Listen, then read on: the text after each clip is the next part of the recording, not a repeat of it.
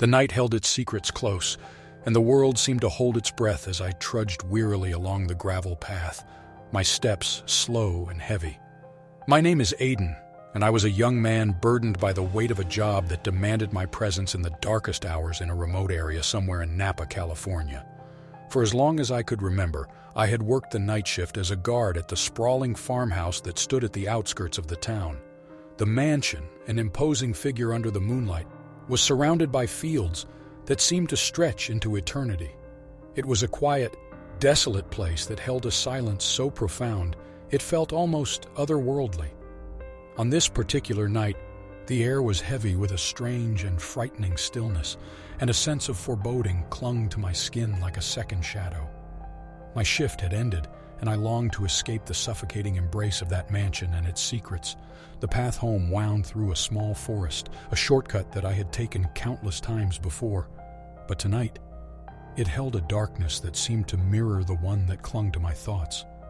As I made my way through the trees, my heart clenched when I saw them. Two bodies suspended from the branches of a gnarled oak tree swayed gently in the breeze.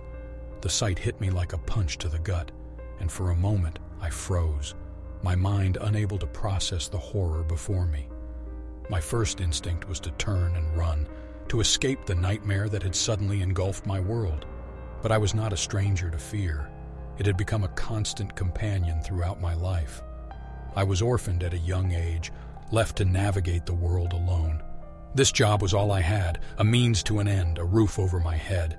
There was no one waiting for me at home, nowhere else to go. Taking a deep, shuddering breath, I forced my feet to move forward. Every step was a battle against the turmoil raging within me. The bodies swayed like grotesque pendulums, their features obscured by shadows, their identities hidden in the depths of the night. My heart pounded in my chest, each beat echoing the dread that consumed me.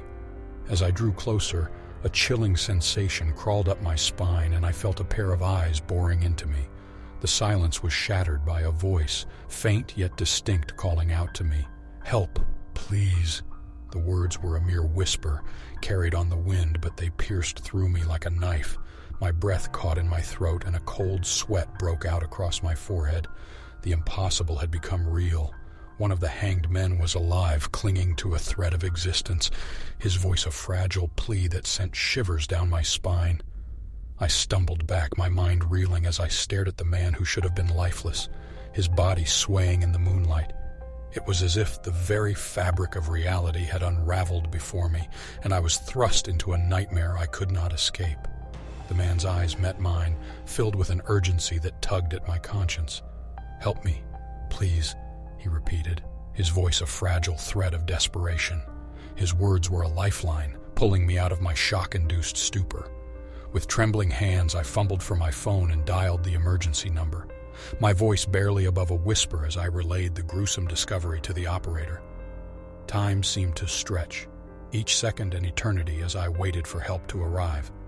The man's eyes never left mine, his gaze a mixture of gratitude and sorrow. And then, just as suddenly as he had appeared, he was gone, his body vanishing into the night like a specter released from its torment. The arrival of the police brought a whirlwind of questions and chaos. I recounted the events, leaving out the part about the man who had somehow defied death's grip. The authorities combed through the scene, their flashlights cutting through the darkness as they unraveled the grim truth behind the hanged bodies. Days turned into weeks, and the weight of that night settled into the depths of my being. I couldn't escape the memory of the man's pleading eyes, the echo of his voice in my mind. My sleep became fitful, plagued by nightmares that left me gasping for air, drenched in sweat. I returned to work, each step into the mansion a battle against the memories that threatened to engulf me. The once familiar rooms now held a chilling presence, their walls seeming to whisper secrets I was never meant to know. I tried to focus on my duties, to push aside the fear that gnawed at me, but the weight of that night was a burden I could never fully shake. I found myself avoiding the forest path, opting for the long route home, even when exhaustion tugged at my limbs. The world had become a minefield of triggers, each shadow and creak a reminder of the darkness that had enveloped me.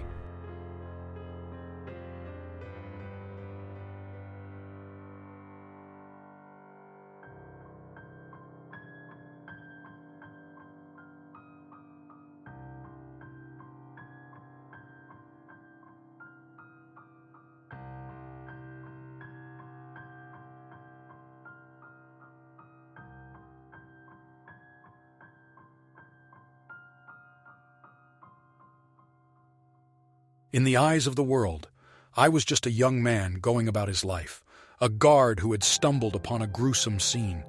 But beneath the facade, I carried a secret that threatened to consume me, the memory of a voice calling out from the brink of death, a voice that haunted my every waking moment.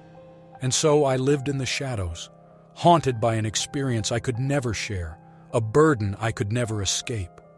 The hanged bodies were gone, but their specters remained, lurking in the corners of my mind, a constant reminder of the thin veil between life and death, between reality and the chilling unknown.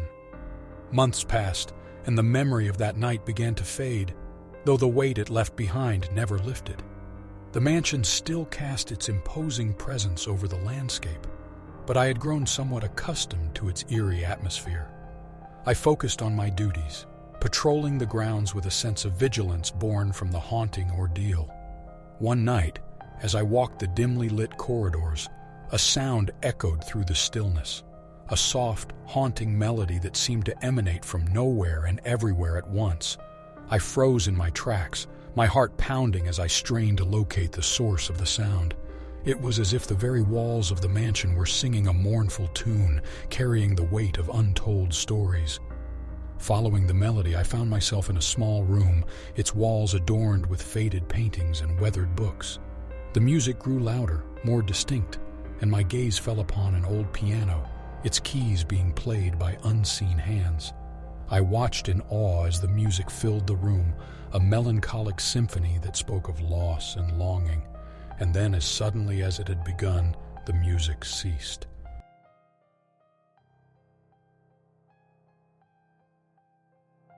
The room was plunged into silence once more, the spell broken.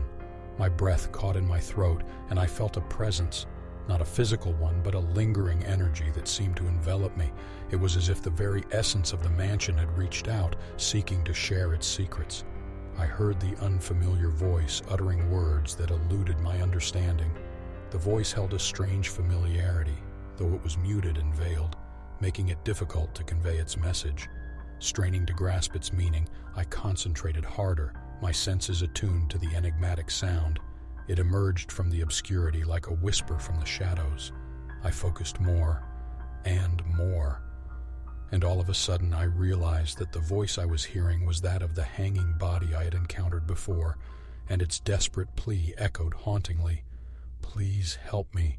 For more captivating tales that unravel mysteries and delve into the unknown, we invite you to subscribe to our channel.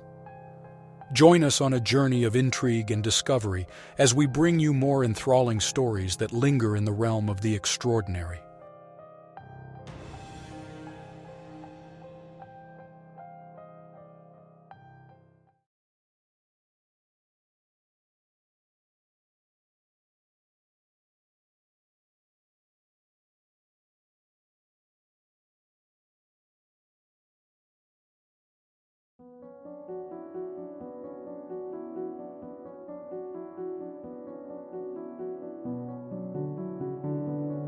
My name is Sahar, and I have spent my entire life in a village nestled in the rugged landscapes of Kunduz, Afghanistan.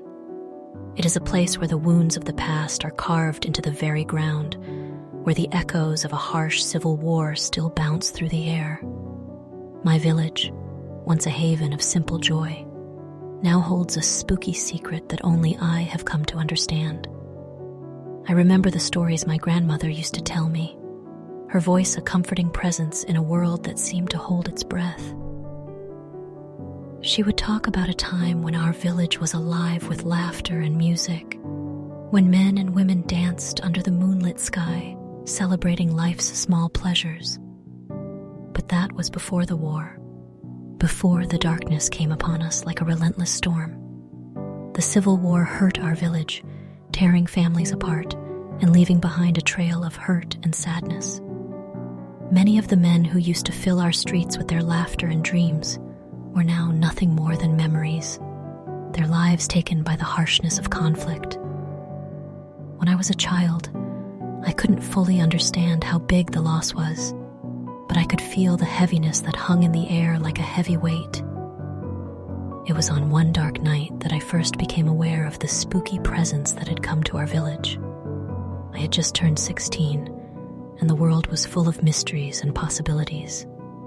But that night, as I lay in bed, I heard faint whispers, soft, unclear whispers that seemed to come from the walls of my room. At first, I thought it was just my imagination playing tricks on me, but the whispers got louder, harder to ignore. I sat up, my heart pounding, and I realized that the voices were not just in my head. They were the voices of the people who had died, the souls of the men who had been cruelly taken from us during the war. Their words were a sad song, a spooky sound that cut through the quiet of the night. Shaking, I lit a candle and went out of my room, following the ghostly voices that seemed to guide me like a gentle hand. The village was covered in a strange light, the moon hidden by thick clouds that seemed to match the heaviness in my heart. I walked through the streets, following the force that I couldn't see, until I reached the village square, a place that used to be busy but was now empty and sad. And there, in the square, I saw them.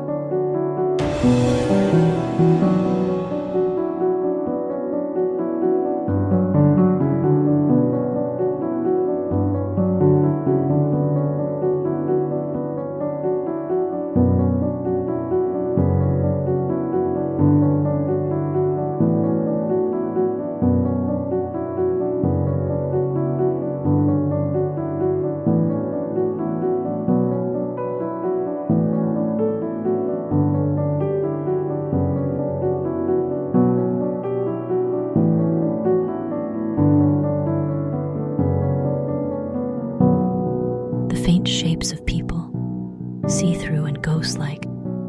They stood in a circle, their faces full of sadness, their eyes empty but with a spooky look. These were the souls of the men who had been killed, the ones who had not found peace even in death. As I got closer, they looked at me, and I could feel their presence like a heavy weight. They spoke to me, not with words, but with pictures and feelings that filled my mind. I saw their lives before the war, their dreams and hopes. I saw the bad things they went through, the hurt they felt, and I saw the big wounds that had been left behind when they died. Tears fell down my face as I listened to their silent cries, their stories mixing with my own. I felt like I needed to help these souls find peace, but I was just a young girl, and I didn't have much power. In the days after, I tried to find out more about the spooky spirits. I asked the village leaders, and I read old stories and books that talked about things people did to help souls move on after they died. With this new knowledge, I went back to the village square, wanting to offer some comfort to the restless souls. With candles and incense, I did the things I had learned, my voice a quiet sound in the still night. The souls watched me. I wish the fear was over. I wish I could do something to help the souls soar to the air freely. Was it over? No. The mysteries of my haunted village, each revelation unveiled a more ominous truth. I steeled myself against the chilling whispers and confronted the tormented spirits. My body froze, as if bound by invisible chains, as I stood before the malevolent soul. My voice was trapped within my throat, stifled by an overwhelming terror that gripped me in its icy grasp. Every fiber of my being screamed at me to run, to escape the suffocating presence that emanated from the soul before me. My heart hammered against my ribs, threatening to break free from its cage as my breath came in shallow, trembling gasps. Time seemed to slow to a crawl, the world around me fading into a nightmarish blur, leaving me isolated with the haunting entity that held me captive with its chilling gaze. Stay tuned for the upcoming episodes, where I'll delve deeper into my captivating stories and experiences. Brace yourself for the unfolding of my journey, marked by challenges and revelations, as I recount the remarkable transformation from a young girl to a resilient survivor.